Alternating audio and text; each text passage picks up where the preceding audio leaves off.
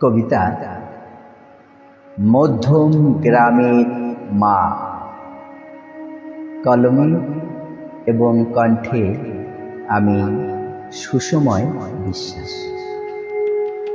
মহাপঞ্চমীর সোনালী বিকেল, দমদম মেট্রো স্টেশনের 4 নম্বর গেট। অগণিত মানুষের ভিড়ে ঠাসাঠাসি। মায়ের বোধনের আগে ভাগে অলিতে গলিতে শারদীয়া উৎসবে ধুম লেগে গেছে। পাতাল রেলে সুন্দরী সুন্দরী তরুণীর দল রং বেরঙের ঝলমলে পোশাকে প্রজাপতির মতো ডানা মেলে উড়ে চলেছে। স্টেশন চত্বরের বাইরে অনতি দূরে এক দেবদারু বৃক্ষতলে সাদা শাড়ির আঁচলে মুখ ঢেকে বসে এক অসহায় বৃদ্ধা। মধ্যম গ্রামের মা।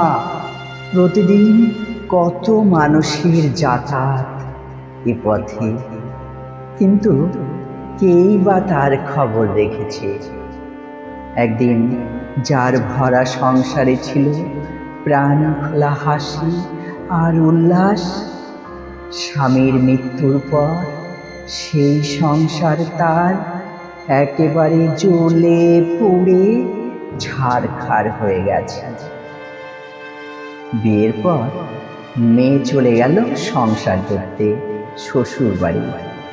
ছেলে করল বিয়ে, নতুন বউ এলো ঘরে। সংসারে তার প্রয়োজন এলো ফুরিয়ে। কটু কথা গাল মন্দ শুনে শুনে তার কাটতে থাকে দিন।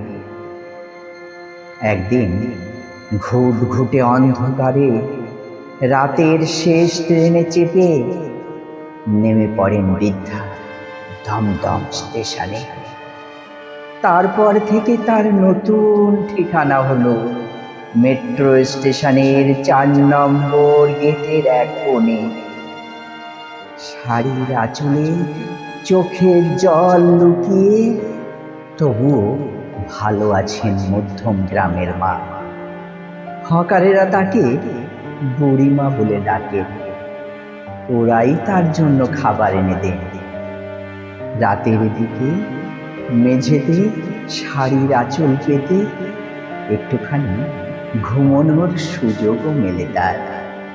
দুমুঠো ভাতের জন্য আর তাকে কটু কথা গালাগালি শুনতে হয় না। এত মানুষের ভিড়ে বৃদ্ধা মা বড় ভালো আছেন। কেন যেন শারদীয়া উৎসব এলে মায়ের চোখের সামনে আজও ভেসে ওঠে তার আদরে মেয়ের সেই মিষ্টি মুখখানি। নমস্কার। এক অসহায় বৃদ্ধাকে দমদম স্টেশনের বাইরে দেখে এই লেখাটির চিত্র অঙ্কন করেছিলাম। আপনাদের ভালো লাগলে তবেই আমার লেখার সার্থক। ভালো থাকবেন সবাই।